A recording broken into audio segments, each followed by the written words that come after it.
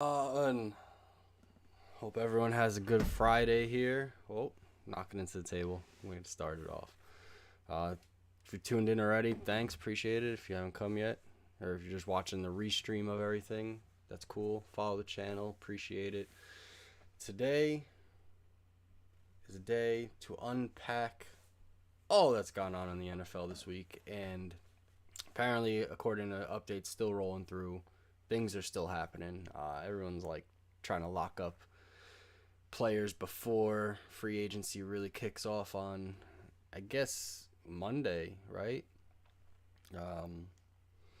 Thinking about that, Monday is when they could start talking about signing people, and Wednesday is the official pen to paper day. But so far, there's been a lot in the works. Let's see if we can't get someone to come talk about this.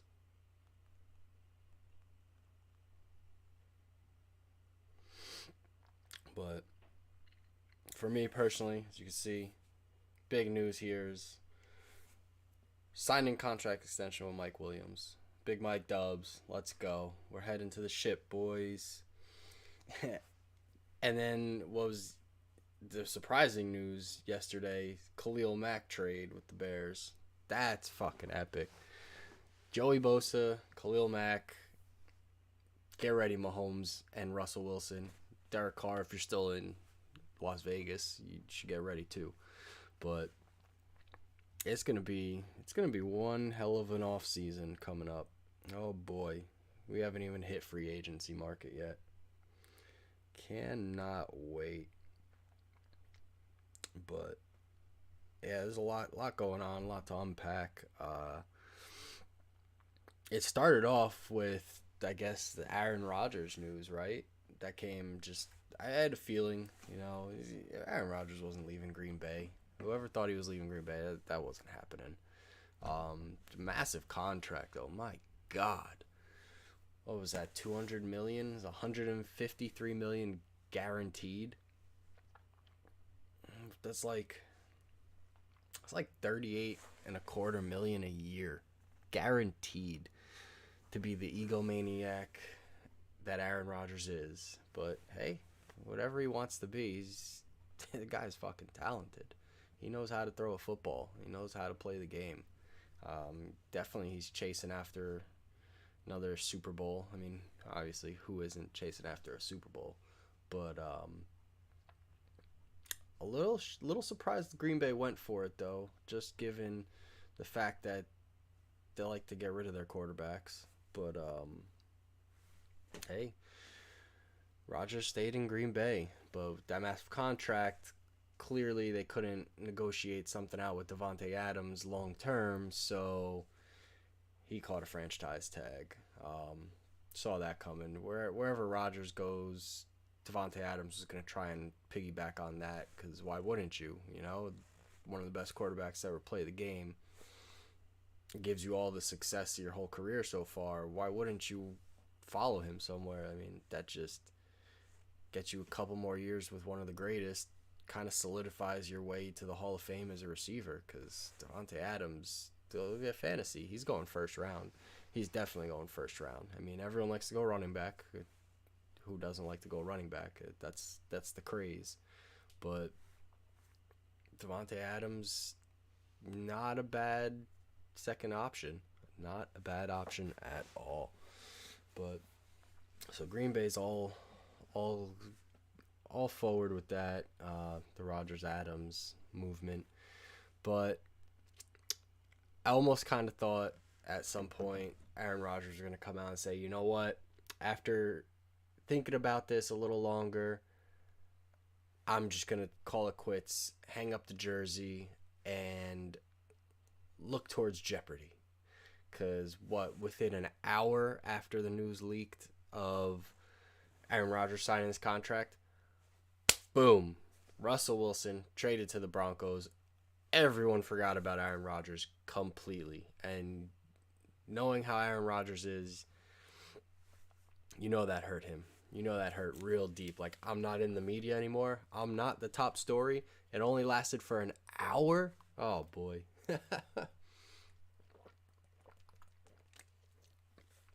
I could only imagine. He was probably so pissed, like, oh, fuck this. But I guess that goes right into the next news of how,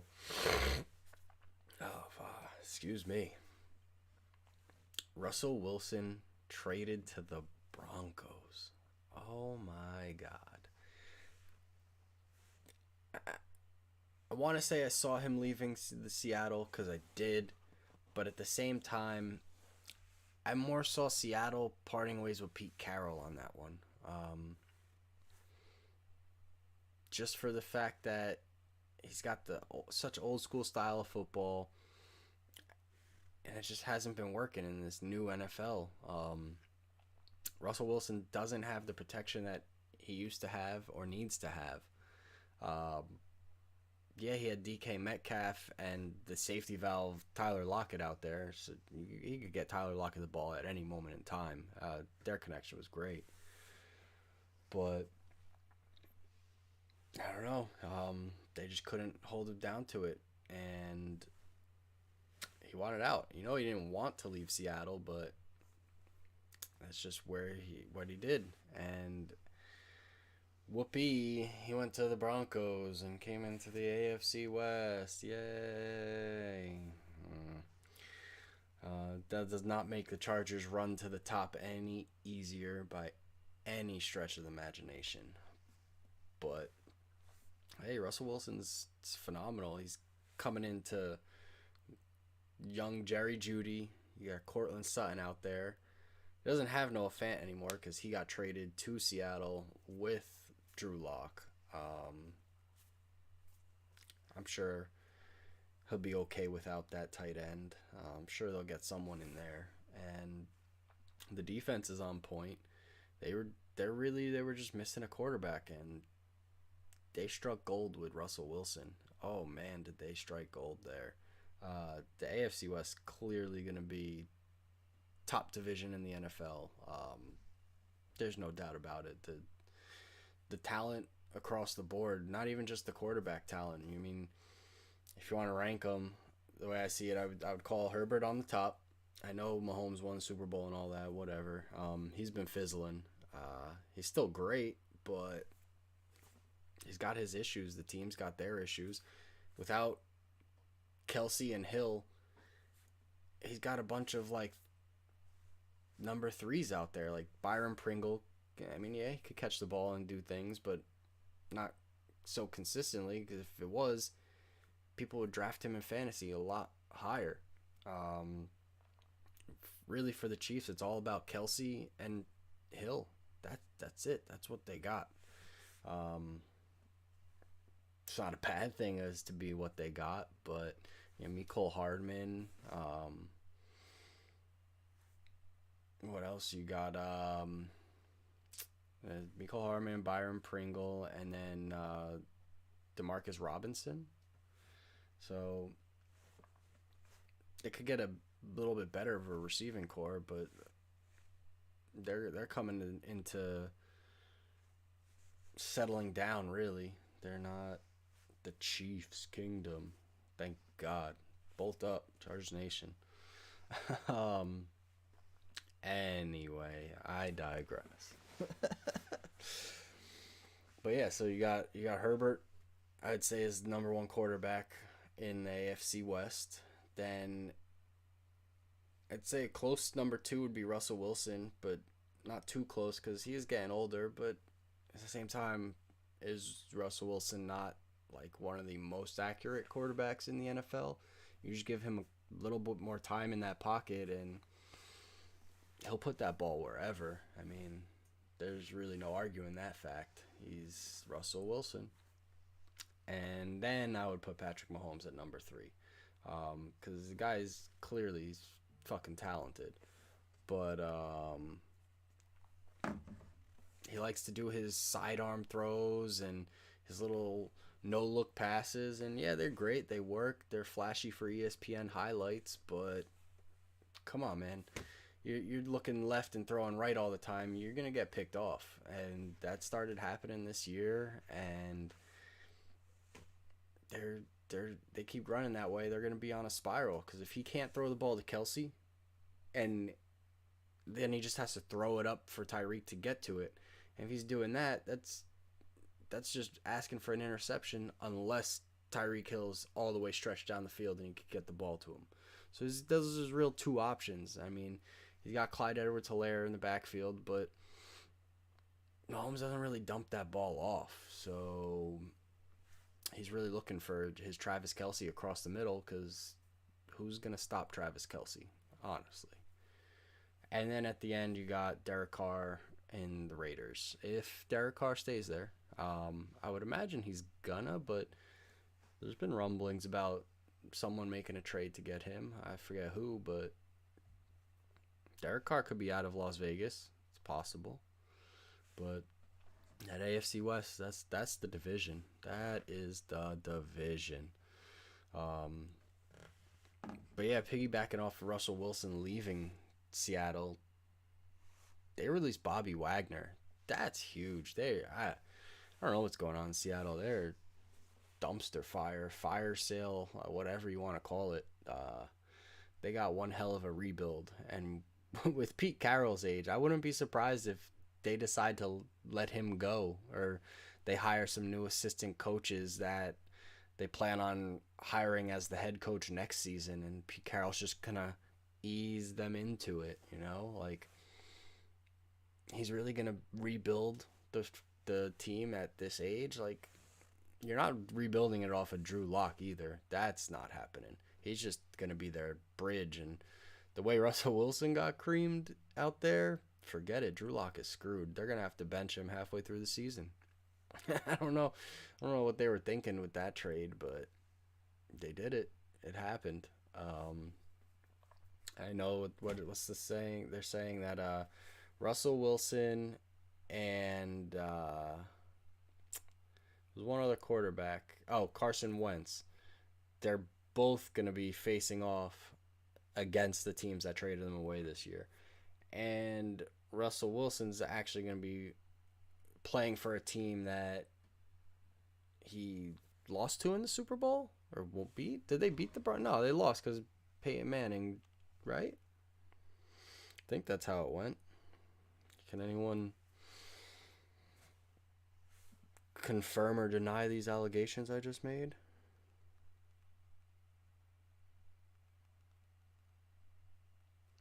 Let's see. Google. Google solves most problems. Oh, wow, I'm completely wrong. My history is terrible. Yeah, the Seahawks destroyed the Broncos 43-8. Wow. So he beat the Broncos with the Seahawks, and now this year they're going up against each other. Let's see how that matchup goes. Oh yeah, it was punishing of Peyton Manning. Yeah, that's true. That happened. But yeah, they got rid of Bobby Wagner. So now, like, who the hell wouldn't want Bobby Wagner? Problem is anyone going to want that price tag that he wants? Because I don't think anyone's going to want to pay what he wants to get. I mean, that's kind of standard, right? No one wants to pay what the guy wants to get because the guy wants to get paid. And that's just the way it is. But I did hear something about, clearly, like, the Cowboys would want him. Who wouldn't want him? So, yeah, you're going to hear stuff, but who could actually afford the guy? I know Jerry Jones has said in the past, like, if it wasn't for the salary cap, I would just buy everyone because the guy's fucking richer than rich. I don't know if anyone remembers that the NFL draft was 2 years ago when COVID kicked off, and this guy's he's drafting from his freaking moon base yacht wherever the fuck he was in the Mediterranean or something. Who knows? But my God, filthy rich. But yeah, so those Bobby Wagner's on the market. It's gonna be interesting to see where he goes. I'm sure. Wednesday, 1:00 on Wednesday, the line's open for signing guys. I wouldn't be surprised if he's already pen and pad for someone, just on board. But I might hold out for a while because he's probably asking for a pretty penny, and the people who could pay that pretty penny aren't looking for him at their position. They're looking elsewhere. They need to shore up other positions. Most people need to shore up the line. I mean, that's the number one thing when it comes to your team. Like, you get that offensive line set, that's where you work from. I mean, the Chargers are doing that. Fortunately, Brian Bulaga was injured all the last year, so that hurt. We had Corey Linsley at center, caught a Pro Bowl nomination from there. And so you put the center that was under Aaron Rodgers for like 6 years, MVP Super Bowl winning Aaron Rodgers, I believe, put him next to his former teammate and Brian Bulaga on the line, and the whole league saw how Rashawn Slater came out as a rookie left tackle there and just shut it down. Like, no one made it through him. It's amazing for a rookie to do that. So the future's bright in the Chargers organization. But at the same time, got to shore up the line. We had Storm Norton on the right side, and wasn't that great. You know, it wasn't terrible. He did good, but injuries in the NFL, that's what happens. But anyway, big news for us Chargers fans is that Khalil Mack trade for virtually nothing. I mean, yeah, this year's second round pick, and you're giving up next year's sixth round pick for Khalil Mack. And clearly, I get it. The big part of this trade was that we're picking up the contract. It's a lot of freaking money to pick up, but we had the cap space, and we're making that push, and it's fucking worth it. You're going to put Khalil Mack on one side of this line. You're going to put Joey Bosa on the other side of the line, and they're just going to come in, and they're just going to strangle every quarterback they see. I don't know what's going to happen. You get Derwin James probably out there, probably going back more to his free safety role rather than playing every position on the defense like he did last year. The coach started out that way. He was like, listen, when they signed Brandon Staley, first person he wanted to meet was Derwin James. He told him, he's like, we're building this on you. Like, you are my guy. That's obviously not building the whole team around him because you're building around Justin Herbert. Let's be fucking honest. The guy's got a fucking cannon. And he can thread the needle anywhere on the field from any distance. It's incredible. I'm so glad that the Dolphins took Tua. If the Dolphins left us with Tua, I would be a sad Chargers fan. I would be a very sad Chargers fan.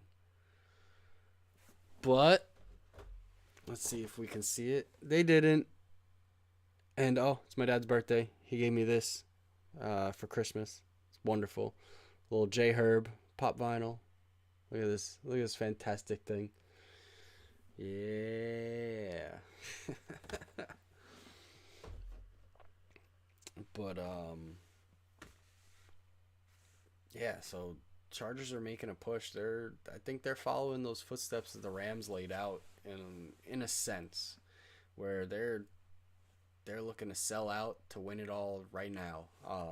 It's kind of this year, and there's a little bit leniency left to make that push for next year, and then there's big cap talk and contract negotiations because after next year, they got to give Justin Herbert that big time extension, and clearly he deserves an extension at the top of the charts. Like,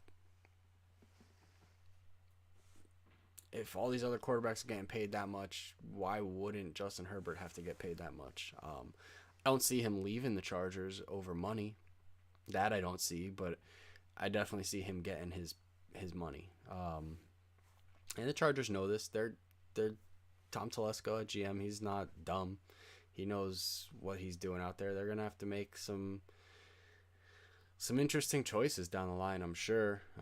Some heartbreaking choices. As a fan of the team, you're gonna see people go, and it's gonna hurt. Just like what was Casey Hayward left last year, went to the Vegas Raiders, and that hurt in that final game.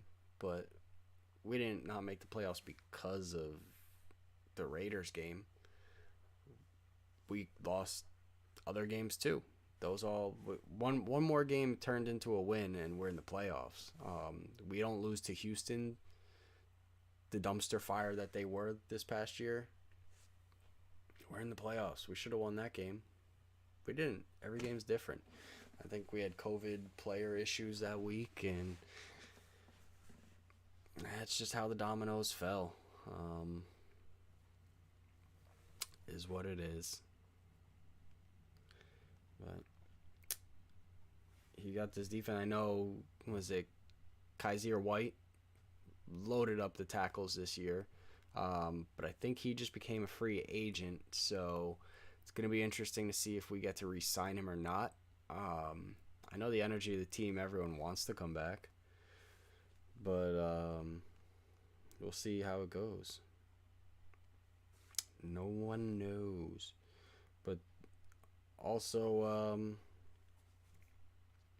who was that other bookend with Kaiser White? Drew Tranquil. I'm pretty sure he's still under contract. So if they get rid of Kaiser, we got someone to step up. But now, the next thing that happened this week that was, I think, funny is the Carson Wentz trade. Because personally, I think Carson Wentz is a scrub. Like, no offense as a person, but actually probably as a person. This is his third team in 3 years, and everyone keeps talking about how he just doesn't have the leadership. Like, I see Carson Wentz as the guy that thinks he's the shit and thinks everyone should just get better around him, and he's going to be out there and be like, I'm talented, and I'm going to do what I'm going to do, and you need to be along with me, and that's just it. It's like, I'm not going to bring you up. I'm not going to hold your hand and help you. Like, I'm just that guy. And that's a problem as a quarterback. You can't be like that. Like, yeah, boast about how talented you are, but, yo, got an eyelash in the eye. Jesus. Carson Wentz probably heard me talking about him. Put a curse on me. But I don't see Carson Wentz as that great. And I know, I'm sure you Cowboys fans are happy he's back. Maybe not. I mean, probably rather face off against Taylor Heineke with the Commanders rather than Commander Carson. But let's send out a link to this here so someone else wants to get into this chat. Appreciate whoever's watching. It's cool. Thank you. If you want to jump in the chat box, tell me what you're thinking. How did the NFL rub you this week? Were you happy? Were you sad? Are you a Giants fan and nothing happened yet, I guess? I don't know. Were you wishing Russell Wilson came to the Giants? But Mitchell Trubisky's still out there, you know? He's going to be a free agent. Are the Giants going to pick up Mitchell Trubisky and have a little competition between him and Daniel Jones? Ooh. Maybe he'll have a little renaissance like Ryan Tannehill did, and he'll come out and be like, that's the Mitchell Trubisky everyone thought he was going to be. I don't know. I don't really see anyone going into the Giants organization and doing good as a quarterback right now because they need to shore up that offensive line a little bit. And Daniel Jones is definitely not a fix for them because look how many fumbles and interceptions the guy has. I think if you tallied up his fumbles and interceptions, they're probably more than the touchdowns he's thrown. Don't quote me entirely on that, but pretty sure it's pretty accurate. Daniel Jones he's a little Eli Manning. Came from the camp and they groomed him, and I'm sure Eli was like, bring him in. And then they fucked Eli's record of games played, streak, whatever it was, because he was doing terrible. Which he was doing terrible, but that all comes back to the offensive line. I mean, you give a quarterback some more protection and they won't do so terrible. depending on the quarterback. If you ask me, I think Kyler Murray is one of those quarterbacks that's not going to continue to be good. I mean, he doesn't want to run. That's one of the main parts of Kyler Murray's game because he is so small and agile. He's a little scoots all over the place. He runs and gets the yards. That makes him good in this version of the NFL. You need to be a mobile quarterback to an extent. Maybe you don't want to be Lamar Jackson necessarily, who's Michael Vick 2.0, maybe 3.0, but he can't throw the ball. His accuracy is terrible. He only has eyes for Mark Andrews. He tries to hit Hollywood Brown, but Hollywood just doesn't reel the balls in sometimes, which is the problem. He's wide open, no one within 10 yards, and the balls hit you in the hands. I get it. It's not something easy, but for this to be your job, getting paid millions, that ball hits your hands, you catch it. That's it. Like, say what you want to say, like, oh, you don't play the sport, but that's what you do. That's what you're supposed to do. Kind of period, end of story on that one. But Kyler Murray can't see over the line. So, yeah, he gets his throws out sometimes, but he looks like almost a spoiled little kid who doesn't get his way when he makes an incomplete pass or throws a bad interception or something, and he just kind of, what the hell, come on. And that's not what you want as the guy leading your offense. You need a guy like, damn, all right, yeah, that's my bad. I'm going to take that one, guys. Don't worry. We're going to get this next one. I promise. We got this. We know what we're doing. But he sits there and whines and huffs and puffs about it and gets all moody and goes to the bench all pissy. And you're just disassociating yourself from the team. Like, you need to pull yourself together. It's a team sport. It's not a quarterback sport. Like, yeah, he's one of the most important positions on the field because you're the quarterback. But it's a whole team effort, man. Like, get it together. So we'll see. I mean, he doesn't want to run the ball. He just wants to pass and show and prove that he could pass the ball. Well, you're trying to prove it, but it's not working too well. And I get it. DeAndre Hopkins getting injured doesn't help, but at the same time, it's not about having one of the best receivers in the league out there. Like, that, having that asset out there is basically just reassuring your missteps, you know? Like, okay, you're throwing the ball behind him, but he's that good a receiver. He's going to catch that ball behind him, and he's going to run for a couple extra yards. That's what DeAndre Hopkins does. He gets those tough passes. And that's why they needed him in there for Kyler Murray, because Kyler Murray is not going to be perfectly accurate all the time. I mean, no one is, but kind of have to be at the way he wants to play the game. Oh, boy. I don't know. Do you even want to touch on the Cowboys yet? How about them Cowboys? Half the world's a fucking Cowboys fan. I'm sure everyone's going to love that one. But so many stirrings. Out today, a couple hours ago, actually, I thought this was a nice one. Maybe we'll touch on it again if we get someone else in this chat who can touch on the subject. But the Las Vegas Raiders signed a 4-year contract extension with Max Crosby, taking him off his rookie deal. I think he was going to make like $3 million this year if they didn't redo that contract. And now he's set to make like $99 million over 4 years.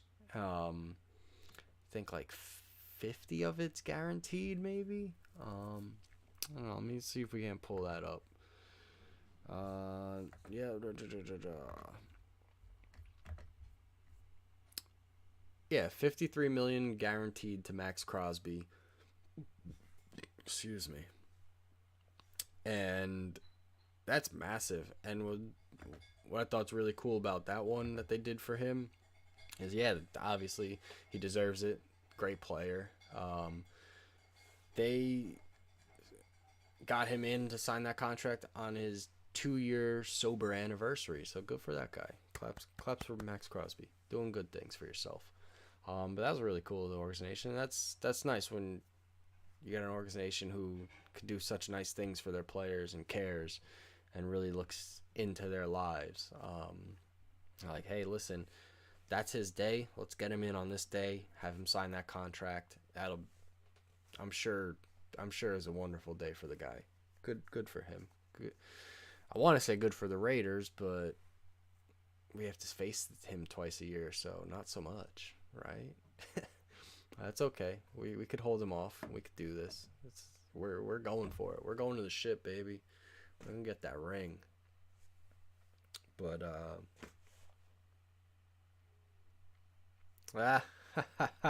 yeah. You give me a second for Crosby. We got a dynasty league, IDP league, and Max Crosby is on my defensive line. Honestly, you almost had me trade him to you at the beginning of the season, and I'm so glad I did not pull that trigger. I've made enough very questionable and terrible dynasty trades already. I'm glad I didn't pull that trigger. But so we got Justin Ironside in this chat here. Talk some football. Yeah, I touched on some Carson Wentz news, but we could go back to it and see. What do you think? Where the Colts gonna go now that they got that cancer out of the locker room? I saw something about Frank Reich saying like he stuck his neck out to get Carson Wentz in the building, and the owners were not happy about having Carson Wentz at all, which is understandable because he's Cancer Carson. Now he's Commander Cancer Carson. That's funny. Oh boy, I'm a riot. But where do the Colts go now? Big news actually, as of I guess a couple hours ago. Deshaun Watson has been cleared of all criminal charges in court. That's all dismissed. So basically, he's available. Is he going to go across the division and go to the Colts from the Texans? You're saying announce Jimmy G to the Colts already, but I actually don't know if 49ers are looking to get rid of him. They just said Jimmy G had shoulder surgery on Tuesday, and it went good or whatever, so now he's got to rehab through that. Is anyone going to want to trade for Jimmy G as he has to rehab through that shoulder? I'm sure they said he'll be ready to start camp. So Jimmy G will be ready for camp, but is anyone going to want to take that risk that he just got out of surgery and now they have to bring him in for that? Or do they keep Jimmy G on the Niners and just work on phasing in Trey Lance full time and have Jimmy as the backup for the season and then shop him out next year? What do you think? I think that's probably more a likely scenario, that the 49ers just hold on to Jimmy. I don't think anyone's going to want to jump on that just yet. They want to see how that shoulder heals up and performs. Yeah, anything is better than Commander Carson, that's for sure. But yeah, I don't think anyone's going for Jimmy G. I think he's going to sit tight in San Francisco for the season, and after the season he'll go elsewhere. I think that's more realistic. But Deshaun Watson, he's cleared. So a question becomes, is the NFL going to clear Deshaun Watson? If the NFL clears Deshaun Watson, even if he gets 3-game suspension, 5-game suspension, any organization is going to want to take him in. Like, now that they know that's what's been holding it back this whole time, is just the mystery around what's going to happen with Deshaun Watson. What's going to be his punishment? Is there going to be a punishment? Is he getting criminally charged for things? He's not getting criminally charged for anything. They had their whole closed circuit courtroom deal. He's clear. Someone's getting Deshaun Watson. But who are the possible? I'd say the Colts are definitely probably on the top of that list, just because that's that.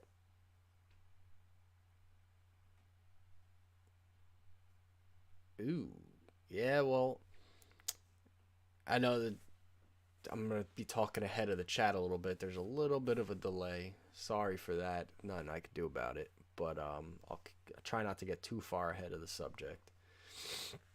But yeah, Jimmy G was probably pretty awful. You're saying he had a QB rating of 12 for the final 2 games. He was injured. But yeah, Watson going to Carolina. That's a good possibility. Carolina did flirt with the idea of trading away CMC today. Christian McCaffrey was this close to becoming a Buffalo Bill, but Buffalo didn't want to jump on with what Carolina wanted. Buffalo kind of wanted to shortchange them, and that clearly didn't work out for them, and that probably soiled it from there once the news leaked, and Buffalo's probably out of the running to get Christian McCaffrey, and Carolina's gonna probably shop him off somewhere. If other teams saw what they were willing to give to give up CMC, someone's jumping in there. Someone's gonna go grab Christian McCaffrey for sure. They wanted, what was it? I think they wanted a first, a third, and a fifth, and they wanted slot receiver Cole Beasley. Right? Beasley plays the slot.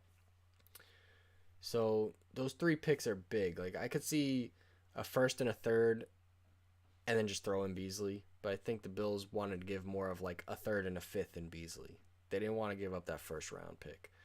It's understandable. Like, but I get it. It's Christian McCaffrey. The guy's a monster. But the past couple of years is starting to show he's a little injury prone. The guy has a big contract.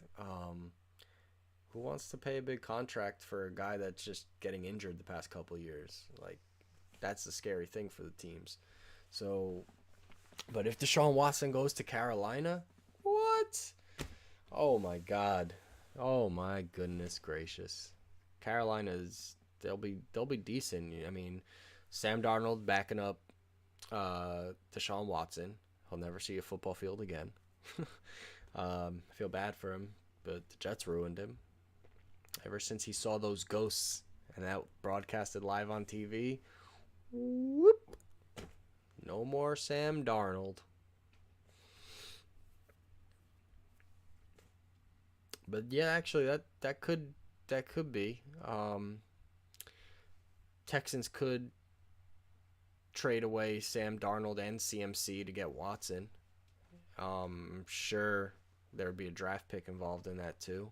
Have to be, right? But would the Texans want Sam Darnold is the question. I know they would want CMC. Who wouldn't? I mean, they have, David Johnson in there? David Johnson's washed. That's over. That knee injury screwed him. So they do need the running back, and they need, I don't want to say a competent quarterback, because who was it that the Texans had under center? That was, help me out on this one. I'm drawing a blank.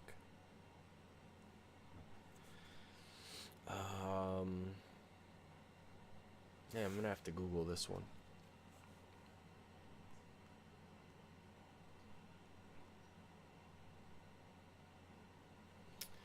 The Texans quarterback, Davis Mills, and they had Tyrod Taylor too. I think Tyrod gonna be a free agent. I don't know. I'm not too sure on that. But I think I'd rather have Tyrod Taylor than Sam Darnold, to be honest. He's a little Mills, yeah. Like Tyrod's more mobile, and I don't know. We haven't really seen Tyrod Taylor much since he was gonna get a starting job in LA with the Chargers, and then the team doctor decided to put a needle too far into his chest and punctured his lung. But I'm sorry that happened to the guy, but I'm not mad about it. Justin Herbert hit center stage and fucking blew up. Let's go, baby. Bolt up. Bolt up. Oh yeah. Never gonna stop throwing my Chargers into the conversation. Can't not do that. But yeah, so the quarterback carousel continues for sure with that Deshaun Watson news. That's wild. Then Mitchell Trubisky, where's he gonna go? I spoke about it a little earlier, but where's Mitchell Trubisky going? Someone's signing him to be something, whether it's a backup or a bridge QB. He's going somewhere to do something. Maybe, probably not wise, probably not going to happen, but what if Seattle signs him as a free agent on like a 1 year deal, and they're kind of basically just sitting there and they're just sitting there having a competition between Drew Lock and Mitchell Trubisky. It's possible. Because would they have? Geno Smith was their backup when Russell Wilson went out. You know Seattle doesn't want to rock with Geno Smith. I mean, they just got Drew Lock in, but do they really want to throw Drew Lock as their starting QB? I mean, Teddy Bridgewater QB'd over Drew Lock for the Broncos. Robbie Anderson, Christian McCaffrey, and a second. I could see him doing that. I mean, they need everything in Houston. They've got fucking nothing. They got no receivers. They got Brandon Cooks, who's great, but that's all they got, and he's one freaking concussion away from ending his career. That guy gets concussions like it's his job. But we'll see what happens with this Texans situation. Who knows? Now, I don't know if we have any Cowboys fans in this chat here, but I still can't believe they're just going to let Amari Cooper walk. They'd rather sign Michael Gallup and they franchise tag Dalton Schultz and they let Blake Jarwin walk. They did all that rather than keeping Amari Cooper in there? What? Like, why would you rather have Michael Gallup and Dalton Schultz? I get it. Dalton Schultz was great. They did a great thing as a tight end for them this year, but what happened with Amari Cooper? Like, it was just like it fizzled. Like, I don't know. Dak just didn't have eyes for Amari Cooper anymore, I guess. I don't know why, but I did hear rumblings today of a potential landing spot for Cooper to be Las Vegas Raiders and go back to the Raiders, I guess. I don't know how that relationship really ended. Excuse me. But then you got the Bears letting Allen Robinson hit free agency. I'm guessing the Cowboys are going to try and swap out Amari Cooper for Allen Robinson, basically. I don't know. What? I don't know. I don't know why the Bears wouldn't want to keep Allen Robinson in there. Like, the guy is great. They had a terrible game plan. They should have been working Justin Fields around into Allen Robinson over and over again. That actually ruined one of my fantasy leagues where I spent a high pick on Allen Robinson thinking like, all right, this is going to work. And it fizzled. And I made the playoffs. I pushed into it. And I lost because I couldn't even use one of my top picks anymore. And it's not because he was injured, it's because they weren't throwing him the ball. I digress. It's not about my fantasy teams. But what are the Cowboys going to do? That is a good question. I mean, their defense is pretty solid. You got Micah Parsons out there, Trayvon Diggs. They got Carson Wentz on the other side of the field, so that's nice for them. I mean, he gets frustrated and he makes bad decisions, period. I mean, most quarterbacks have a rough time when they get pressured, but yeah, you think Allen Robinson's going to go to the Colts, huh? It's possible. I mean, they have Michael Pittman as their number one guy. I mean, who else do you guys have really that's going to be out there? You got Paris Campbell.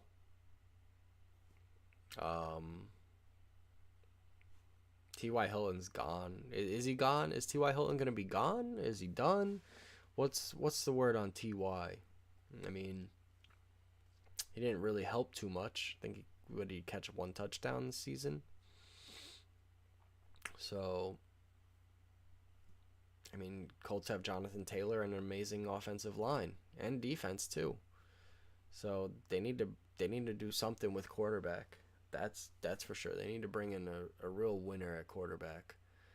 Carson Wentz was not a winner. No sir. He's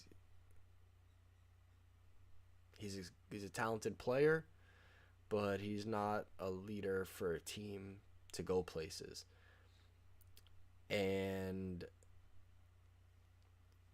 that's why Nick Foles won the Super Bowl when he got injured, because he rallied the team through him. Carson Wentz was just good at playing football. He's not a good leader. He's just good at football. But yeah, I don't know. The Colts is a mystery because the Colts have the highest cap space right now. I don't know. They got a lot of cap space right now. So I think the Colts are gearing up to make a big splash. Once free agency starts off, they're probably going to start buying people up left and right. If not making some sort of big deal to trade someone. But who do they trade away, you know? Like, they got a lot of big pieces. They have to just get rid of draft picks if they're making trades, because I mean, they're already low on draft picks, right? After the Carson Wentz initial trade, and now after the Carson Wentz second trade. Carson Wentz really fucked the Colts up.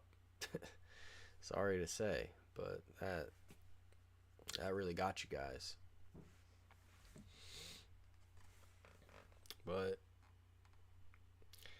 yeah, free agency's coming. It's coming quick. We only got a few more days till it happens, and shit's gonna hit the fan. There's gonna be a lot of moves going on. I mean, look at the Bucks. Bucks franchise tagged Chris Godwin. Okay, they got Godwin. They got Mike Evans. They got Scotty Miller in there, but Scotty Miller's not much. And then obviously the big question with the Bucks is who's gonna be their quarterback. We did a dynasty draft on Sleeper app last year. It was first year startup. I had a feeling Brady wasn't going to be too long in the league. I thought he would have at least 2 years, but I picked up Kyle Trask. That was the quarterback that the Bucks drafted last year. Hopefully the kid learned some stuff under Tom Brady, and that's the path that the Bucks want to go. Granted, I drafted Justin Herbert as my quarterback, so I'm never benching Justin Herbert. That's not happening. I don't care who the hell it is.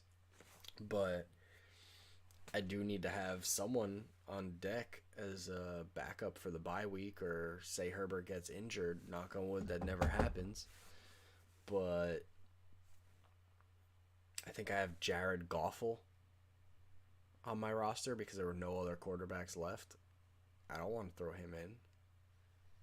Who would want to play Jared Goffel? No one. But I don't know. Maybe the Lions start doing a little better. I mean, it's rough for him to be their quarterback, but you got Quintez Cephas. I got him on the roster too. He hit the IR last year. That's a good weapon. And who's the that new name in Detroit that just came up this past year when Cephas got injured, and then he just became the talk of the town because he was the only one there, so he was just catching everything. Like, you threw a ball near this guy, and it was in his hands. Who was that on the Lions? Amon-Ra St. Brown. That's right. That kid was on fire. Absolutely on fire. So you're gonna have a couple young, talented receivers out there in Detroit. You have Jared Goffel throwing the ball to him, but it's not bad. You know, they got DeAndre Swift, great running back, but say a 3-down back. And you got Jamal Williams. I don't like calling him that anymore, Jamal Williams, because he watches anime, so he's cool in my book. You get a pass, Jamal. But Detroit's not terrible. They got that new coach. Got a lot of energy, so maybe he'll turn the team around. Who knows? But back to this week in the NFL. So yeah, but back to the Bucs and free agency.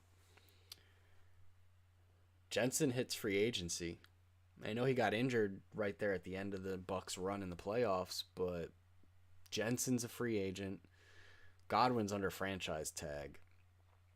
Antonio Brown's never playing football again. He's a fucking nut job. Makes sense when he's hanging out with Kanye West.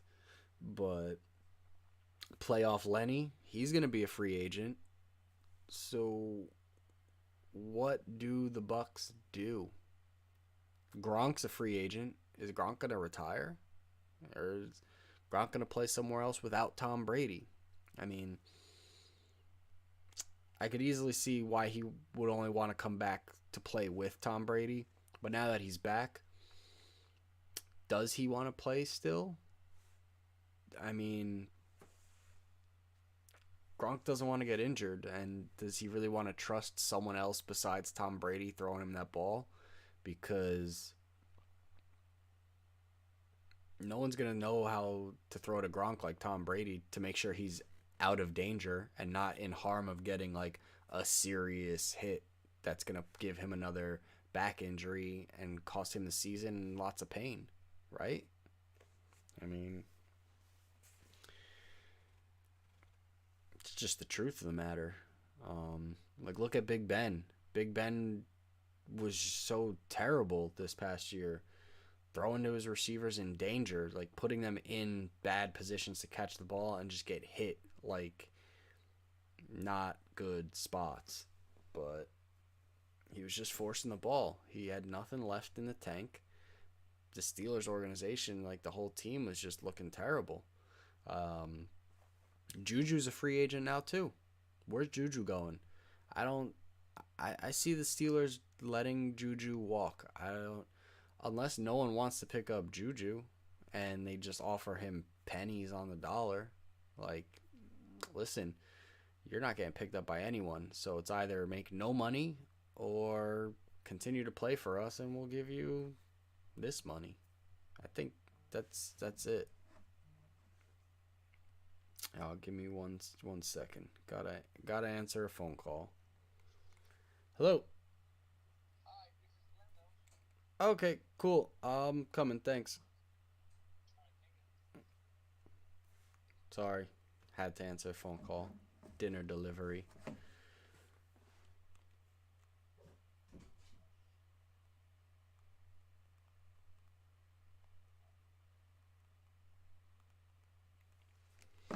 But yeah. So there's a lot of guys out there in free agency right now.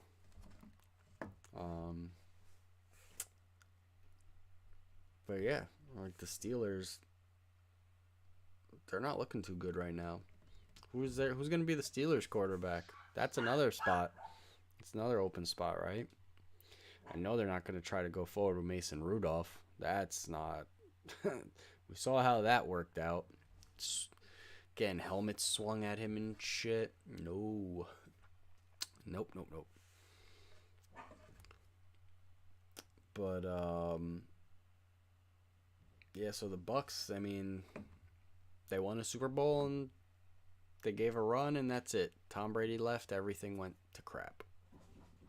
That's just how it went. Did you see also today, the Cowboys waived Greg Zuerlein, and they also waived Blake Jarwin. So Greg the Leg is on the loose. But I don't know. There's a lot of moves this week. A lot going on.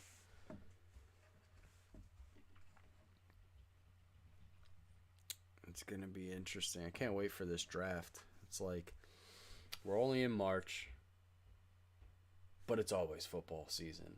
And with this whole MLB lockout, which the MLB came out of their lockout today, finally, greedy bastards. NFL's capitalizing on that. They're like, you know what? They're fucking up their sport. Let's stay in the news in all times. They probably put out a memo to all the teams like, listen, keep doing business. Make waves. Keep the NFL on top of the news list. And that's what they're doing. Baseball's not a thought to anyone. Like, last year I tried to start getting into baseball fantasy just to quell the fantasy itch. But it wasn't bad. I'm going to try to play again this year too. Why not? But it ain't football, that's for sure. And the way that they rest all these guys, I don't know. It's nonsense. It's not the baseball of old. But back to football and baseball. Get out of here. Chargers. There's a lot going on. I mean, I wonder if there's been any more new signings since starting the stream. I wouldn't be surprised. But apparently the word on the street is that the Seahawks didn't even contact Bobby Wagner before they released him. They just let Bobby Wagner go. So I don't know what's going on in Seattle. That's rough. I don't know. I don't think Pete Carroll has much time left in Seattle. Really don't. But they have DK Metcalf, and that's about it, really. I mean, Tyler Lockett's not old, but he's getting there.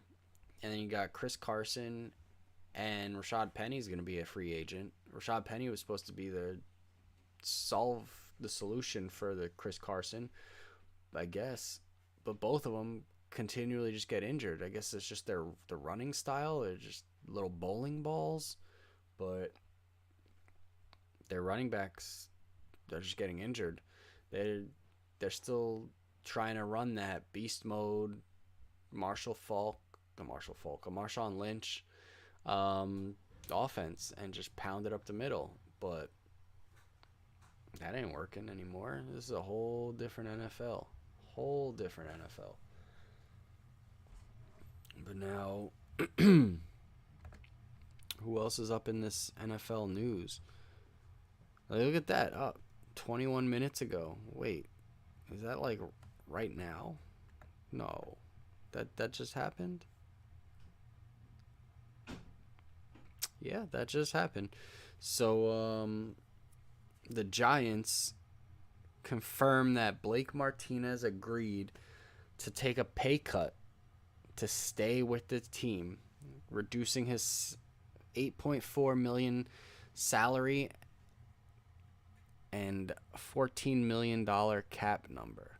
So the Giants actually finally made some moves. So they're freeing up cap space. You know something's in the works, that they're going to try and land something. Imagine if the Giants go for Deshaun Watson now. Now that he's cleared, they make a push for that. That's that's interesting because they know Deshaun Watson is very mobile, very good under duress, and he can roll out of that pocket and move. And they know they have offensive line troubles. Does Deshaun Watson go to the Giants? But the question is, does Deshaun Watson have that no trade clause? So like he gets to choose where he can go? Can we confirm that? I don't know.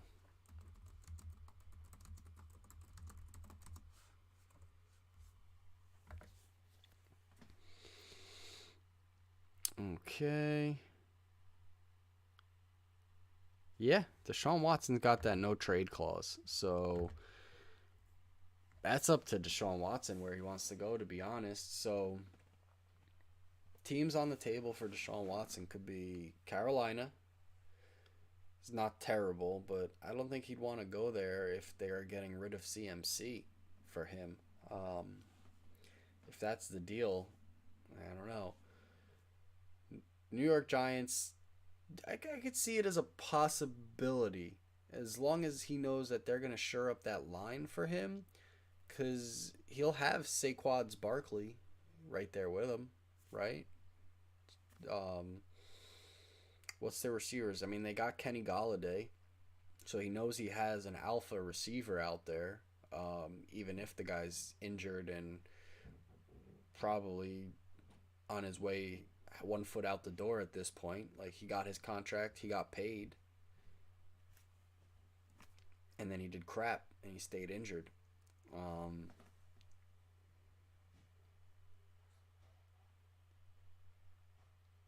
Excuse me.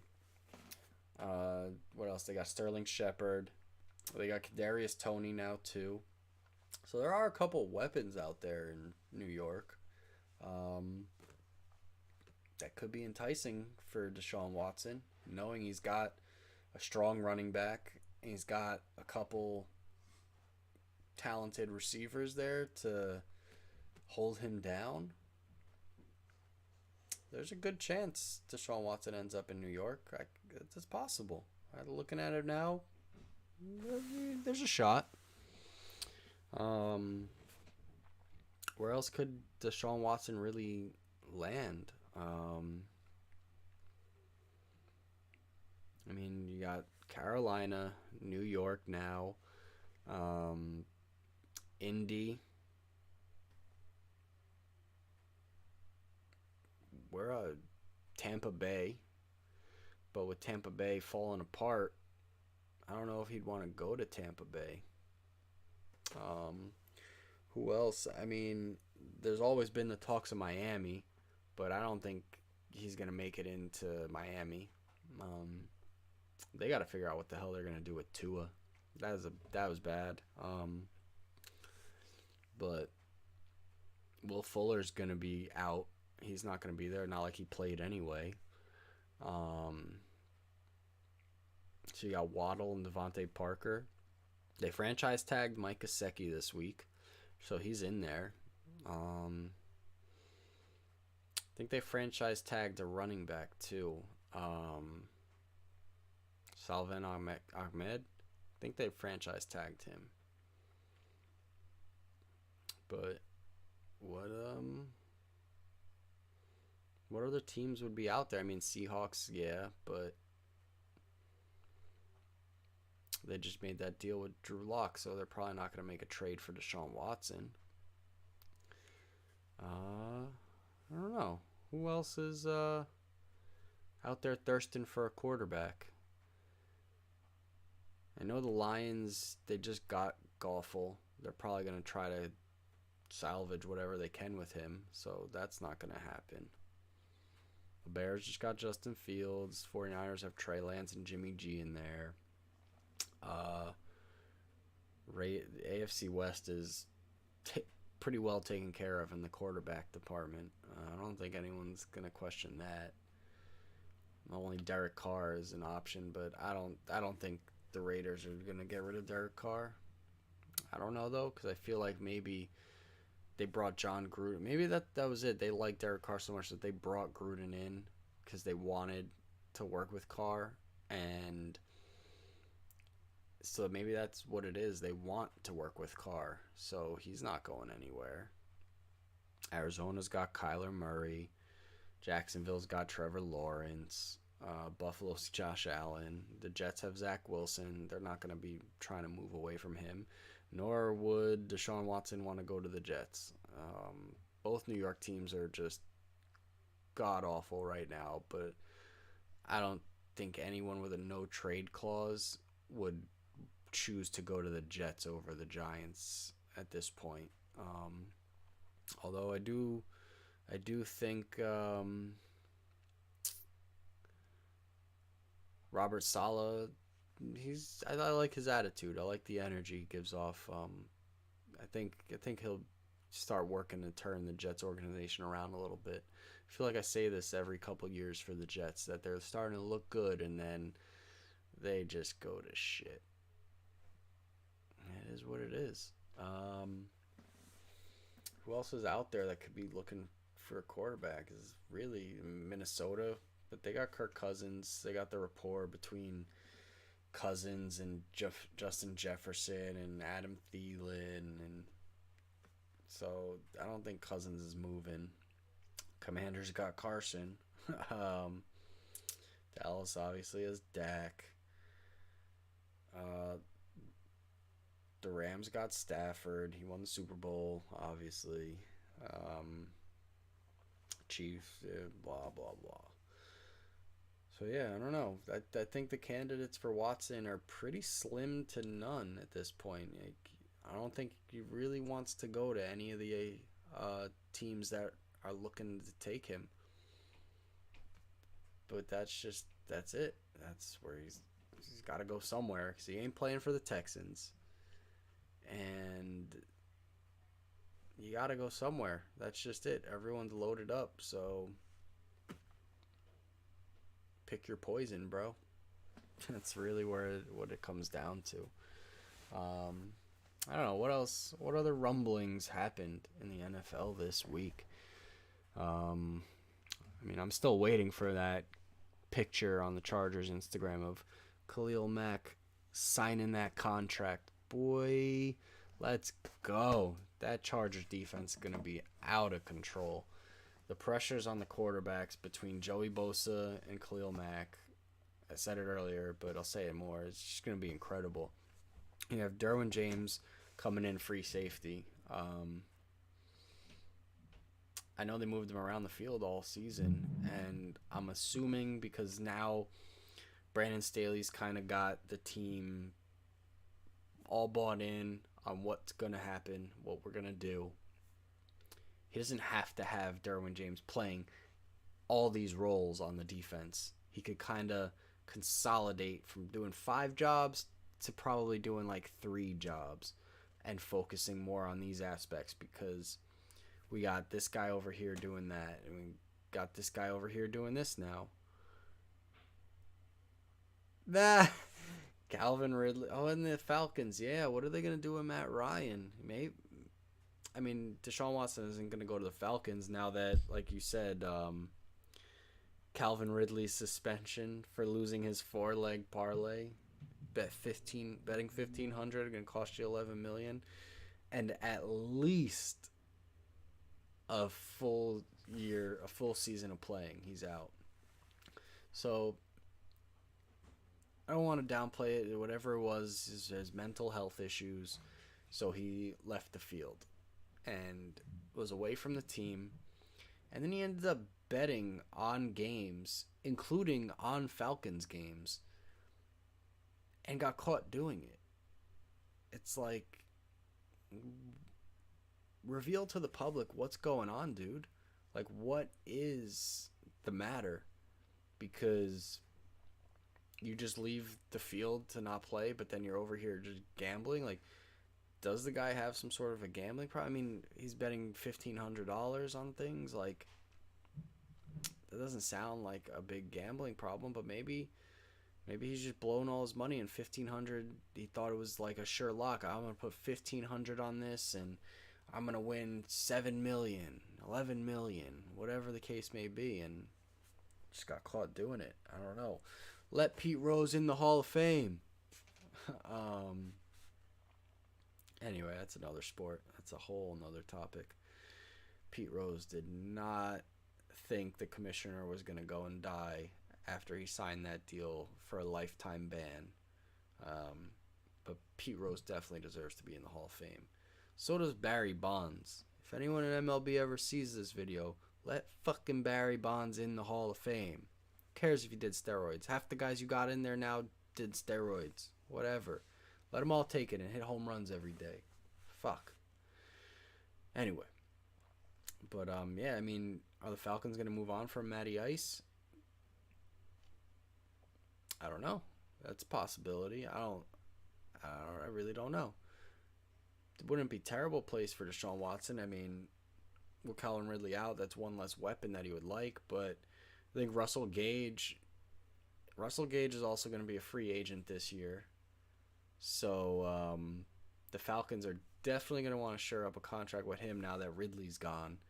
But they got Kyle Pitts, who's a fucking generational tight end. So that's a possible landing spot for Deshaun Watson with the Falcons. Throw some picks over to the Texans, send them Matty Ice, give them a little veteran quarterback for a year to transition into getting another quarterback in next year's draft. Because this year's draft, the prospects are okay, but I think next year's draft's going to have some better quarterback prospects out there. And yeah, it really all comes down to what Deshaun Watson, where he wants to go. Ball's in his court, really, now that he got cleared. But yeah, back to my Chargers defense. We're definitely looking for a cornerback. Was it J.C. Jackson? Is definitely going to be asking for a high price tag, and we don't have too much cap space left after that Khalil Mack trade, but there is some, and it's possible to get him in there. I mean, that wouldn't be a terrible thing to be playing opposite the field from Asante Samuel Jr. 1 year in, so he's got his feet under him, and just running across the field. Him and Derwin James out there, and you get J.C. Jackson in there. Plus, you're gonna have Bosa and Mack there, and depending on who's gonna be their linebacker, and that's a pretty scary looking defense. Not gonna lie, you got the pass rush, 100% knockout, and then you got the corners out there and the safety just holding it all together. It's gonna come back down to that run defense, and really just blocking the box up. That's gonna be the problem again, continually. But if we could find a way with what we got to stop the run or at least slow it down, that Chargers defense is scary. And we had to, with the moves of Russell Wilson going to the Broncos and just making the AFC West an offensive nightmare for everyone. Like, you gotta beef up the defense you're gonna be playing these guys twice a season. The move had to be made. I can't believe it was made, but kudos to them for initiating that. But yeah, the Vikings, I did hear the Vikings are considering moving on from Kirk Cousins. So, I don't know what happens there. I mean, I know Justin Jefferson would love to get Deshaun Watson in there. I don't think Deshaun Watson would mind either, because now he's got Dalvin Cook in the backfield, who's a stud, who misses games because the way he runs, so he does get injured. And then you got the backup in Alexander Madison, who's basically mini Dalvin Cook. When he gets injured, he goes out and does the same role, So that's big. And who's the tight end out there? Is that Conklin? Can you confirm that for me? What in there in the chat? Is Conklin the tight end? Or am I just making this up? Tyler Conklin, yeah. So he was doing pretty good. And then so the Vikings are pretty set offensively, weapons wise. Thielen's coming to the end of his line soon, though, so they're gonna have to bring someone else in. I mean, Justin Jefferson's clearly number one wide receiver in Minnesota. That's undoubtable. But I don't know. Are they really looking to move on from Cousins? I mean, I guess he's just a middle of the pack quarterback, you know? He's not terrible, but he's not wow factor, you know? He misses throws. You see Justin Jefferson gets a little upset out there on the field, like, come on, man, like, hit me. Which is what he should be doing, but I don't know if anyone caught that skills competition during the Pro Bowl when Justin Jefferson was out there and he was throwing the football, and Kirk Cousins walks over and he's like, it ain't that easy, huh? And it's like, I get it, you want to rub it in his face, but like, listen, dude, you get on me for missing my throws, but it ain't that easy. And at the same time, he's getting on him. It's like, well, guess what? You get paid multiples of millions of dollars to make that throw. So, yeah, I am pissed that you're not hitting me. But, yeah, so if Cousins leaves Minnesota or they get rid of him, shop him out, it's possible Deshaun Watson lands there. So that's going to be big talk over the next few weeks, I guess. I don't know how long it's going to take for them to make a move on Deshaun Watson. You know, it might take till after the draft happens. So we got a month at that point. I don't know. There's a lot that can happen. A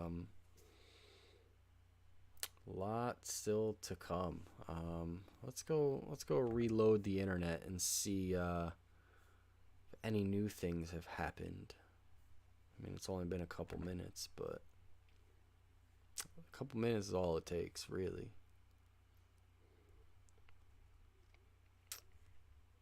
Oh, you know what? Packers add quality control assistant to the special teams staff. That's another thing, too. MVS is a free agent now. So, do the Packers re-sign him? I mean, they're letting him hit free agency, it seems like. They didn't franchise tag him. So he's a good downfield threat. It's just he's another guy who has trouble catching the ball. And he's got the rapport there with Aaron Rodgers. So you know Aaron Rodgers wants to keep him for the fact that he knows he could throw it to him. But can you trust MVS to reel it in? Because he's just like Hollywood Brown, you know. He'll break and he'll get downfield, and that ball, you just see it on the play, and it's coming in. He's got it in his hands, and it just hits his hands and falls to the ground. And your fantasy sitting there looking like, are you fucking kidding me, man? Like, you had no one there. Just haul that in, and it's a free touchdown. But he drops it. I'd say like 6 out of 10 times you see him dropping that ball, and you're just like, your heart just drops. Like, you, come on, man. That was like 12 fantasy points right there. But it is what it is. You can't catch them all, I guess. But it's going to be interesting. A lot of big quarterback carousel. Because I guess Steelers are another option for Deshaun Watson. They've got an okay defense going. I mean, they got TJ Watt. They got Devin Bush. They've got some pieces out there on defense. So Deshaun Watson wants to go to a team that can hold it down on defense, so he's not constantly going out there having to be the savior every day. Because I feel like that's what he does. That's what he was doing in Houston. He's always coming out there as, all right, we got to march down the field now every time. And granted, every quarterback, that's the game plan, but I feel like Deshaun Watson is always in like that hurry up, got to get it, dude, 2-minute drill every drive because they're always getting down. So I guess the Steelers are possible. I mean, they got Deontay Johnson there. Is great. He could catch everything. Let me rephrase that. He can catch everything, but does not catch everything. But he's still fantasy relevant because he gets like 15 targets a game. And that was also under Ben Roethlisberger. So new quarterback changed things a little bit. But, I mean, you got Najee Harris back there now. So that's another stud running back to come into.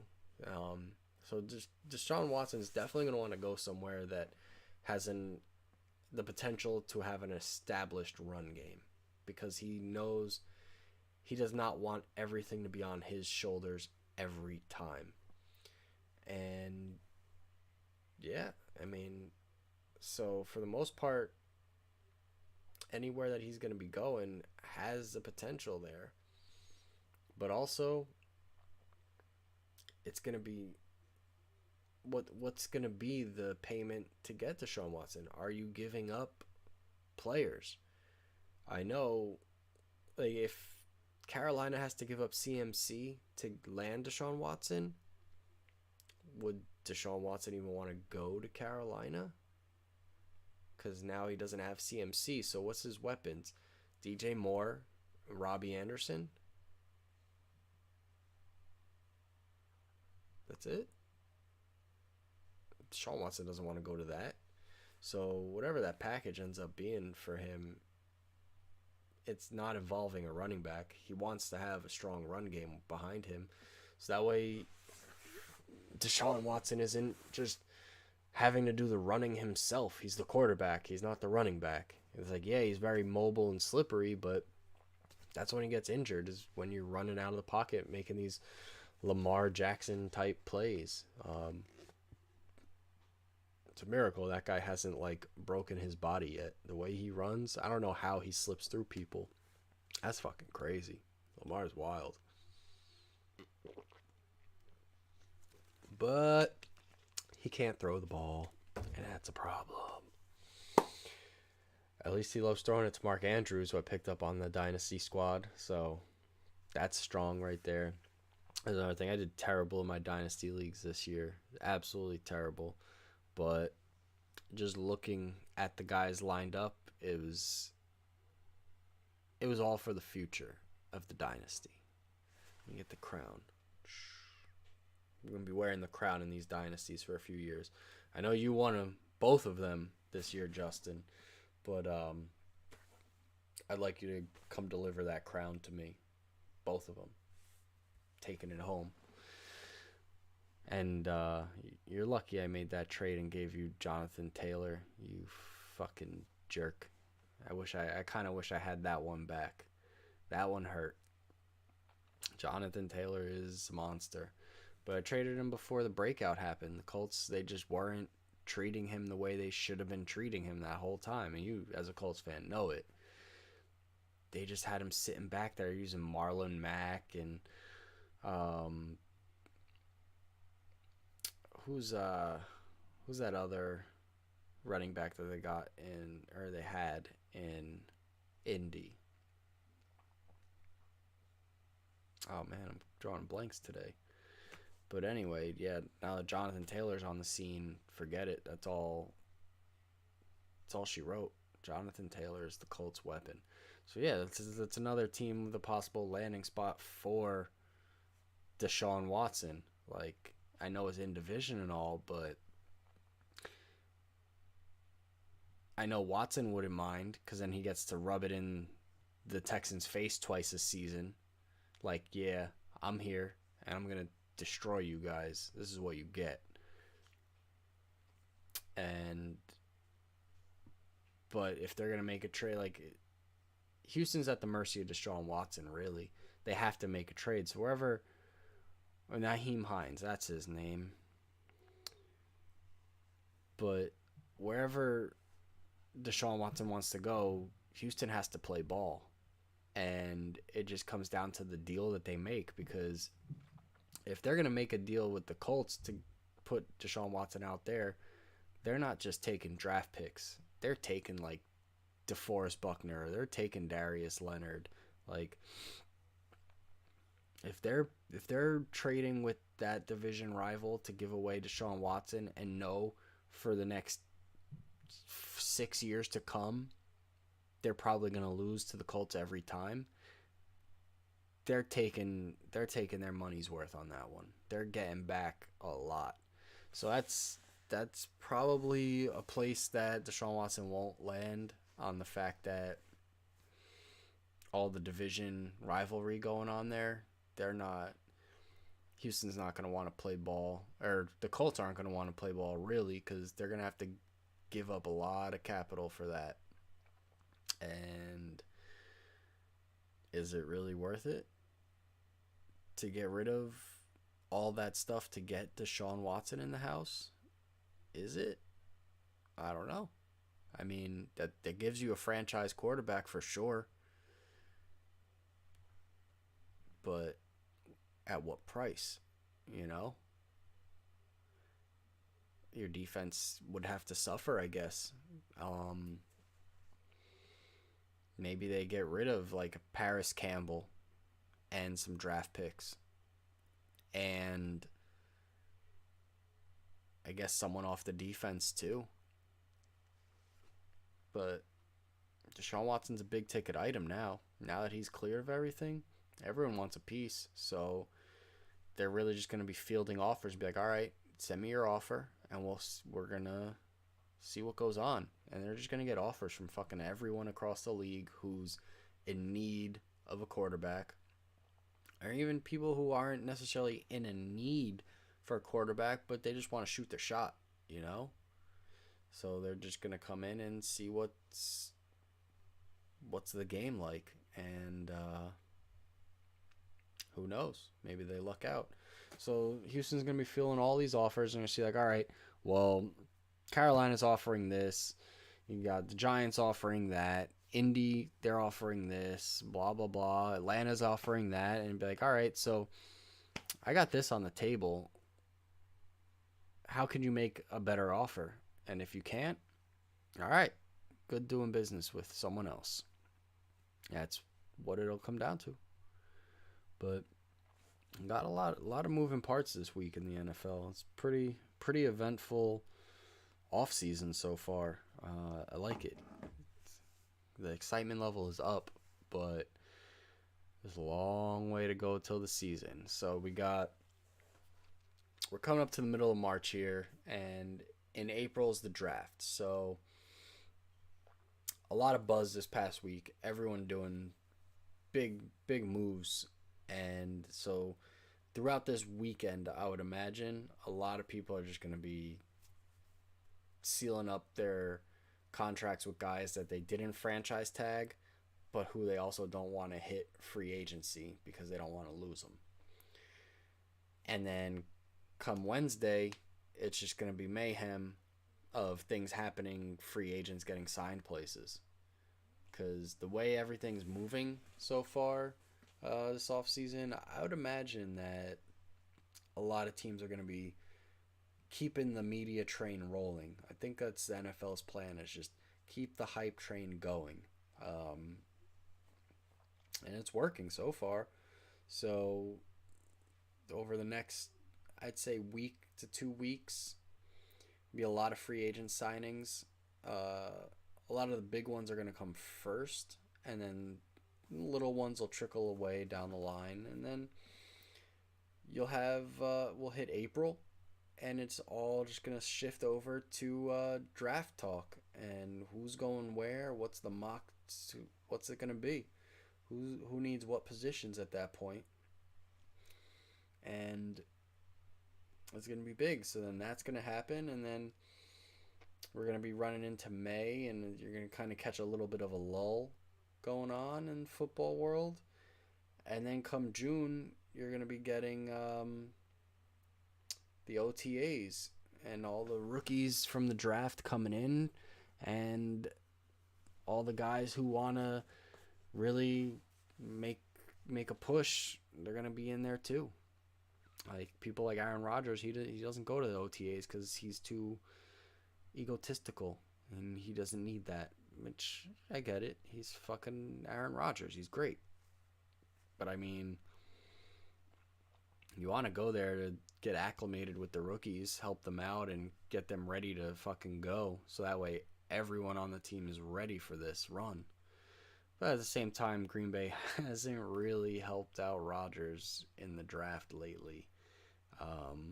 Some wide receivers, I'm sure it would have been nice for him. And they go and draft Jordan Love. Yikes. Tough organization. But, yeah, and then that happens, and then summer camp opens up for the league, and everyone's in and everyone's clocking in. And I'd say somewhere before August starts, you're going to start seeing some ACLs get torn. And it's unfortunate, but it happens.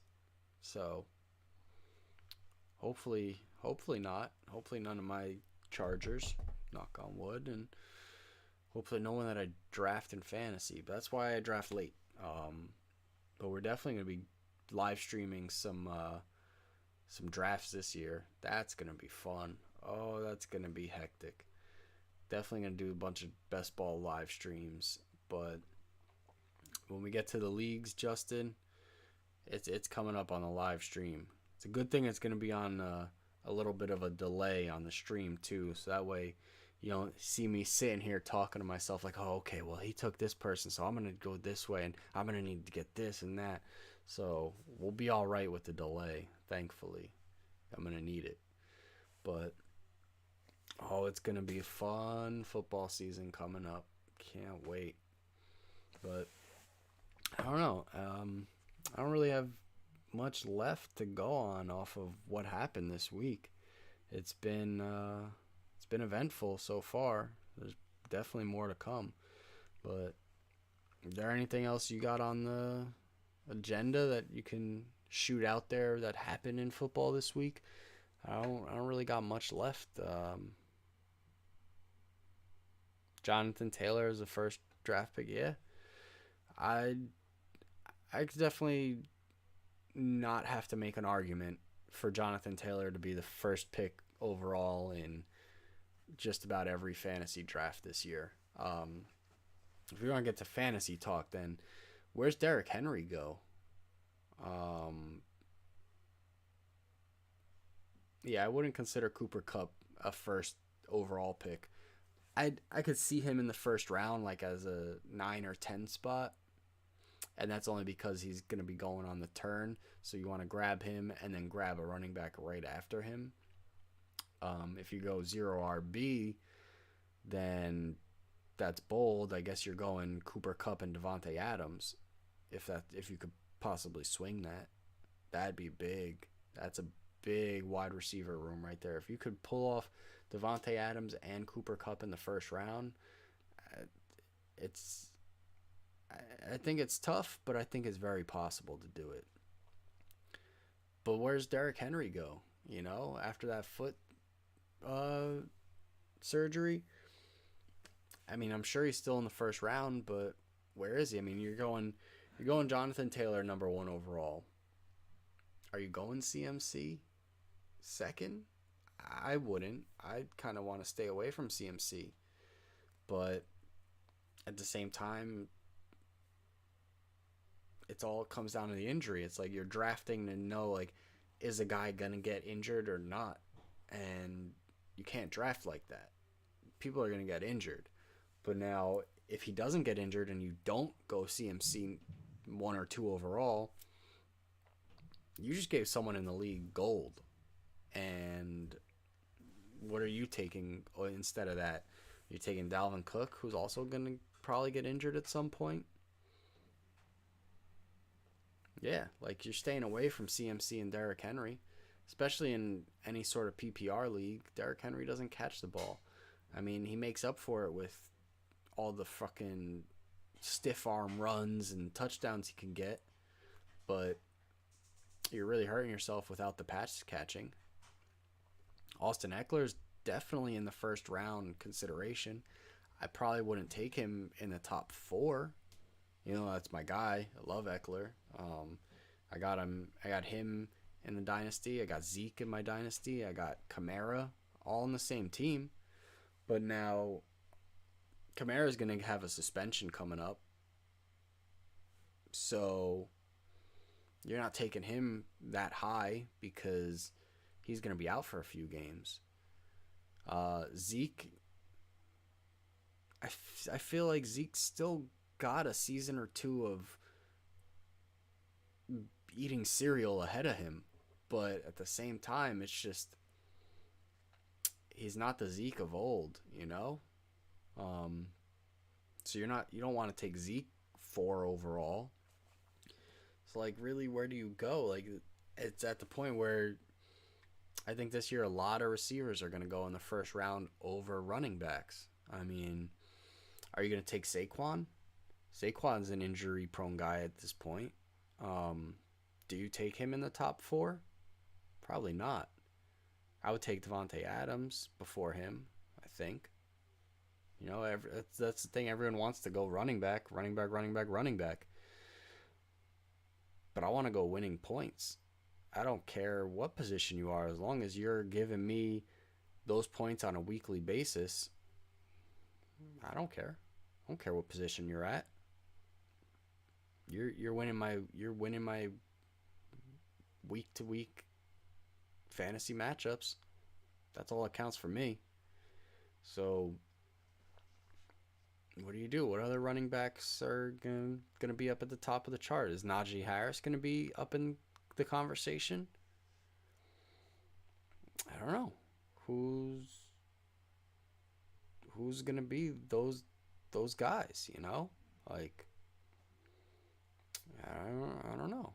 It's going to be interesting to see what happens when fantasy drafts start popping off, to see where people's minds are and what everyone's projecting is going to happen in fantasy this year. I mean, if you draft Zeke in the first round, I mean, Zeke will probably go in the tail end of the first round at minimum. You got to consider that you got to draft Tony Pollard probably 3 rounds later, maybe even 2 rounds later. You might have to draft Tony Pollard in the 3rd or 4th round just because you have to shore up Zeke. And the way that they were working it last year, Tony Pollard did phenomenal for being the backup running back. Same thing with Dalvin Cook. Are you going to draft Dalvin Cook 3rd overall? Well, you're going to have to draft Alexander Mattison in the 3rd or 4th round just to be safe, because Dalvin Cook's going to get hurt. It happens every time. He just runs too hard. And there goes your 3rd or 4th round pick on a handcuff that you got to stash until something happens. It's not ideal. So you got Jonathan Taylor 1 overall. Who are you guys drafting after Jonathan Taylor? Who's on the top of the list that you would legitimately go for? I truly don't know. Like, I gotta look at it.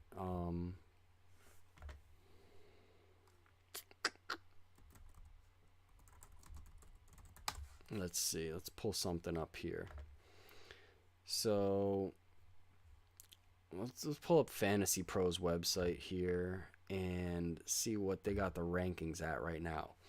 So right now they got Jonathan Taylor at 1 overall. Obvious choice. Then you got Derrick Henry, Austin Eckler, Dalvin Cook, Joe Mixon, Christian McCaffrey, Najee Harris, Nick Chubb, and then you're going Cooper Kupp, Javonte Williams, Jamar Chase, Devontae Adams. That's big right there. So you're telling me people.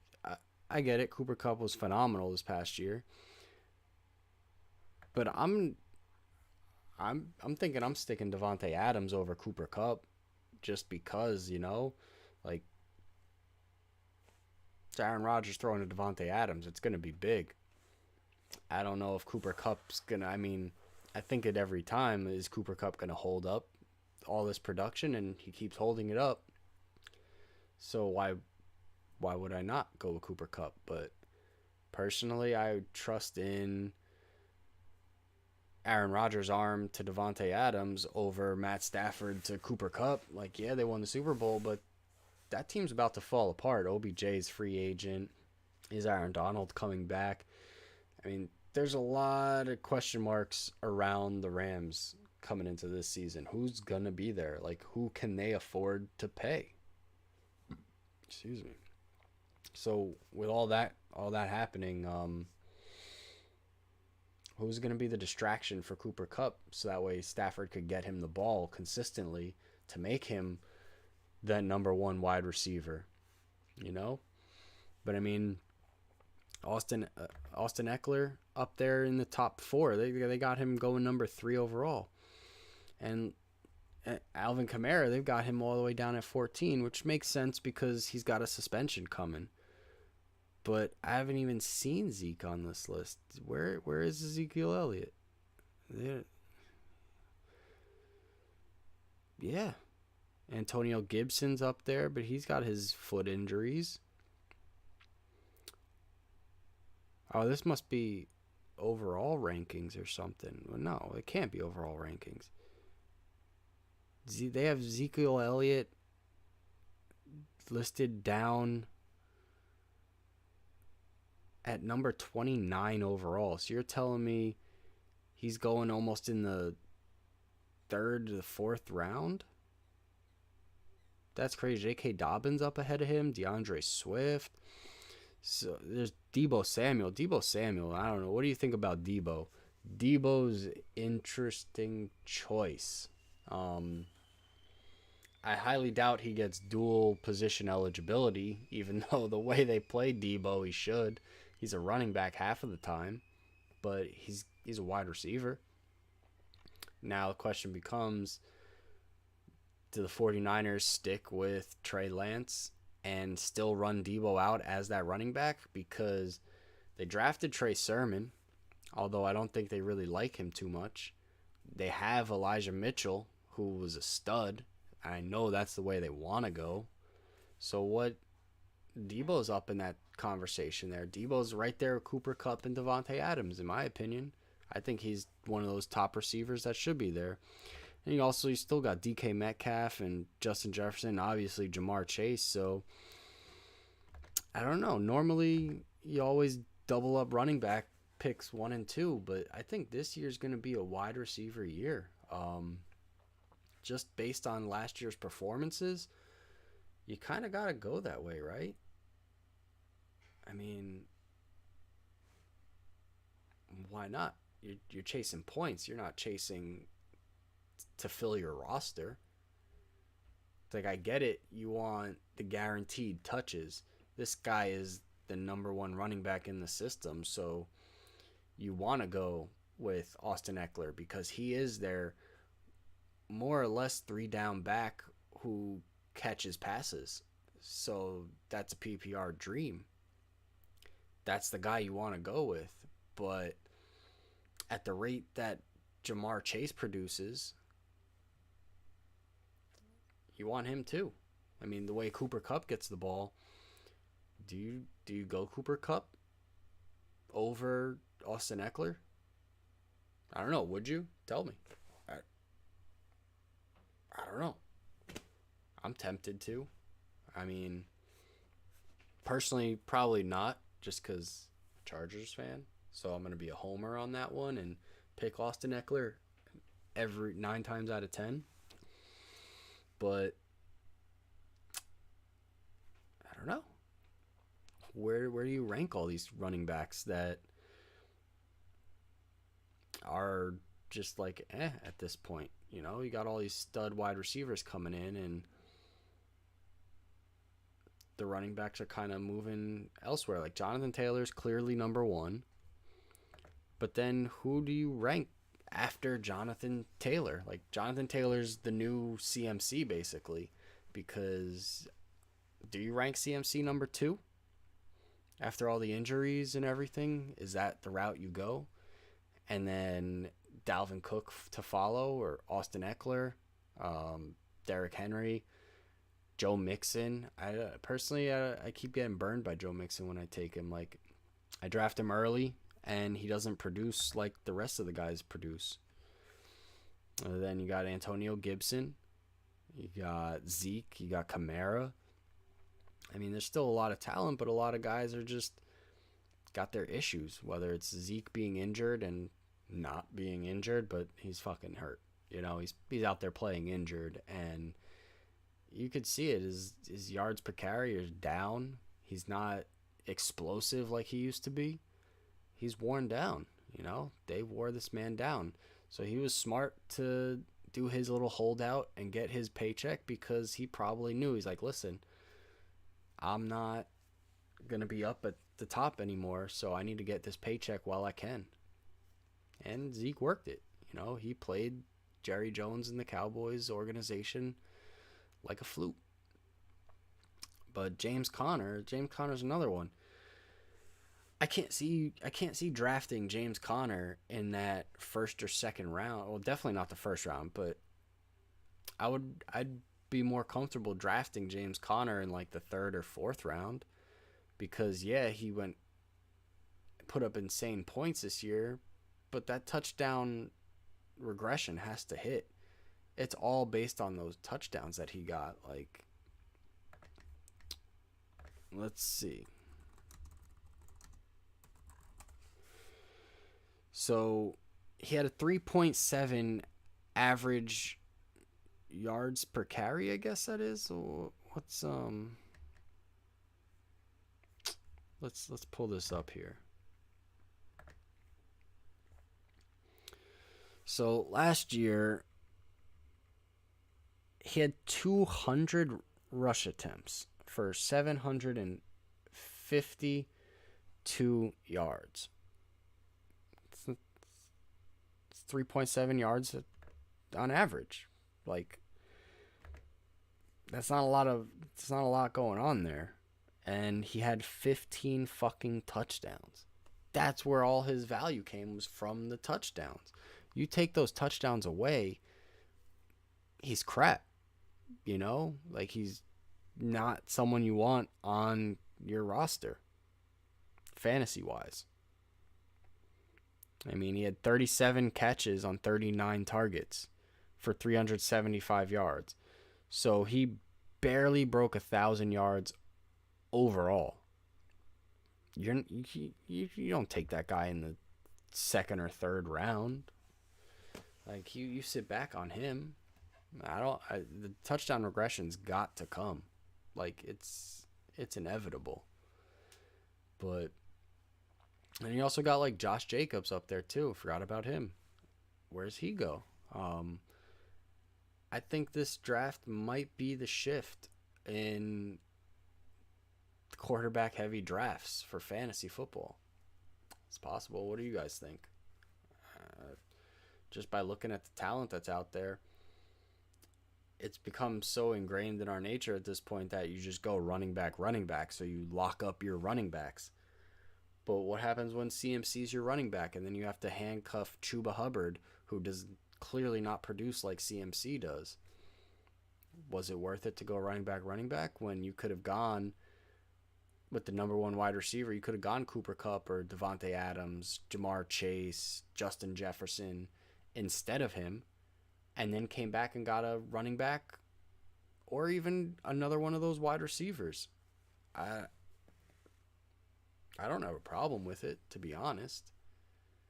And then you end up coming back around and you pick up J.K. Dobbins. And then you pick up maybe if Josh Jacobs falls to you there. So you have J.K. Dobbins and Josh Jacobs as your 1 and 2 running backs. That's not terrible. When you have Jamar Chase and Cooper Kupp, or Jamar Chase and Justin Jefferson as your wide receivers, that sounds like a good team starting out right there. And you just got to find out on your tight end situation. But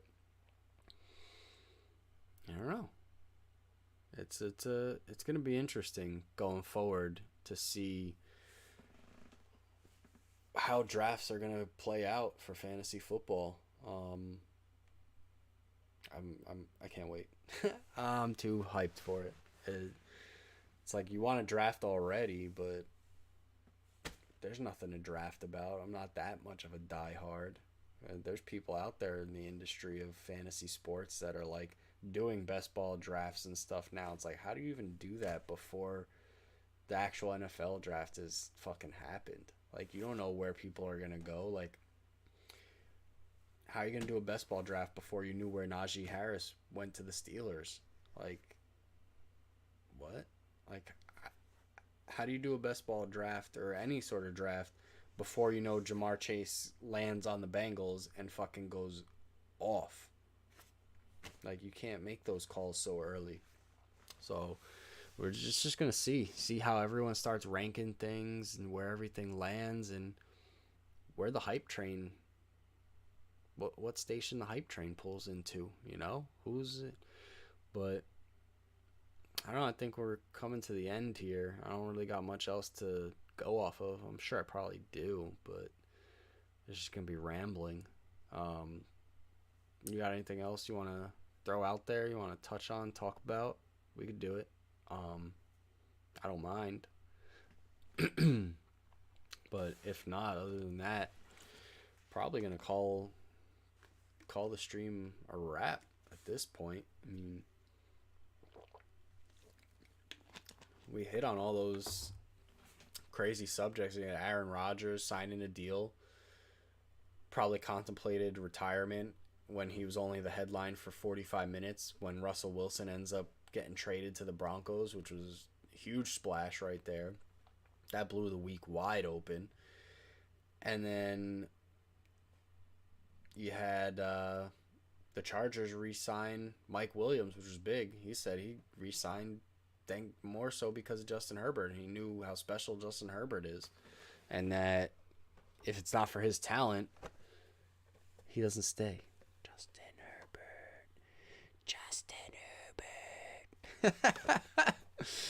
Anyway, and the Chargers come out of fucking left field and make a trade for Khalil Mack, and the defense becomes the scariest defense in the AFC West, and possibly one of the scarier offenses too. I mean, you got Keenan Allen, Mike Williams, and you got Donald Parham, tight end.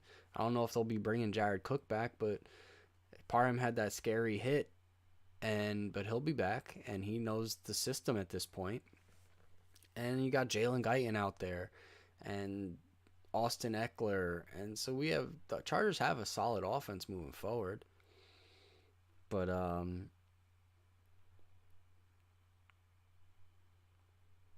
wow, so the Bucs were you think the Bucs were trying to land Carson Wentz? That's interesting. That's an interesting thought. I don't know.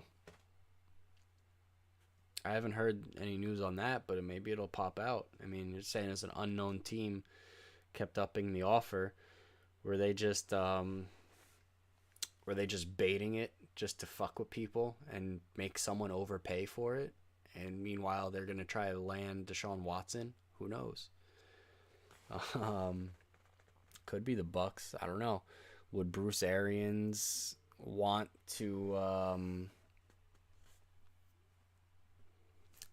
test that out? What happens if they agree to it and now they're stuck taking Carson Wentz? No one really wants Carson Wentz. Let's be perfectly honest with that one.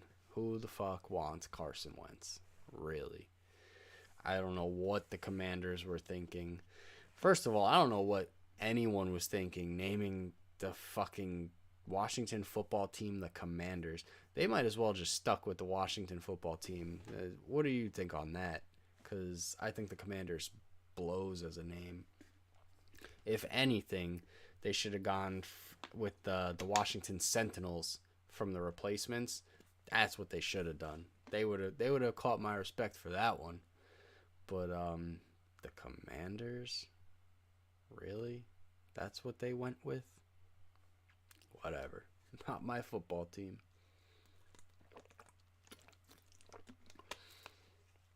But yeah, I don't know what else. I mean, we hit all those interesting topics for the week. How about them Cowboys? Gonna let Allen Robinson come in, take Amari Cooper's spot? What's gonna happen here? I don't know. I mean, they let go Greg the Leg Zerline, and they let go Blake Jarwin, so they're all in on Dalton Schultz. Michael Gallup's going to be a free agent, so they're going to have to re-sign him. They really chose those guys over Amari Cooper. I don't think that was the best choice for them, but hey, I'm not them. But the Bucks are in a tough situation, so I really don't know why they'd be trying to get Carson Wentz. I mean, Jensen's a free agent. They got to get him back. Playoff Lenny's a free agent. They tagged Chris Godwin.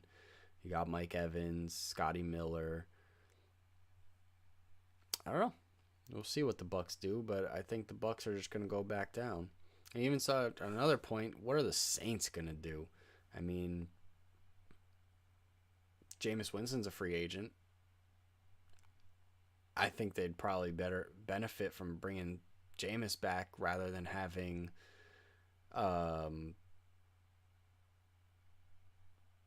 wow, brain fart. Someone in the chat help me out with this one. I can't think of his name. Who's the quarterback that Sean Payton was so in love with in New Orleans? Taysom Hill. That's the guy's name. They can't go with Taysom Hill. Sean Payton's out. Taysom Hill's out. Like, kind of has to be, right? They gotta make a way for Jameis to come back, or do they make a push to get Deshaun Watson in house? They need some wide receiver. They need some help on offense for real. I mean, they got Alvin Kamara, who's gonna get suspended for some period of time. I don't know how long. I don't know what's gonna happen with that. My dynasty team is gonna hurt for that one, but that's why I locked up some other assets. Like, I got Austin Eckler in there. I got Ezekiel Elliott. I've got J.K. Dobbins. I even picked up Sony Michel. Clearly, the Rams aren't going to look to use him much. Cam Akers is going to be top dog on the Rams. But we'll see. I mean, he's the backup.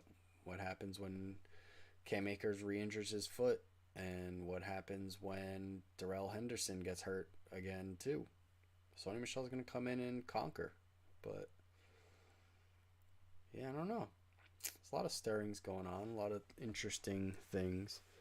Juju, who's taking Juju? I think Juju's a wash. He was good with Antonio Brown taking up all the spotlight, and then he fizzled. I don't know what happened to Juju. Do you know what happened to Juju? I don't know what happened to Juju. Some bad Juju. But yeah, I don't know.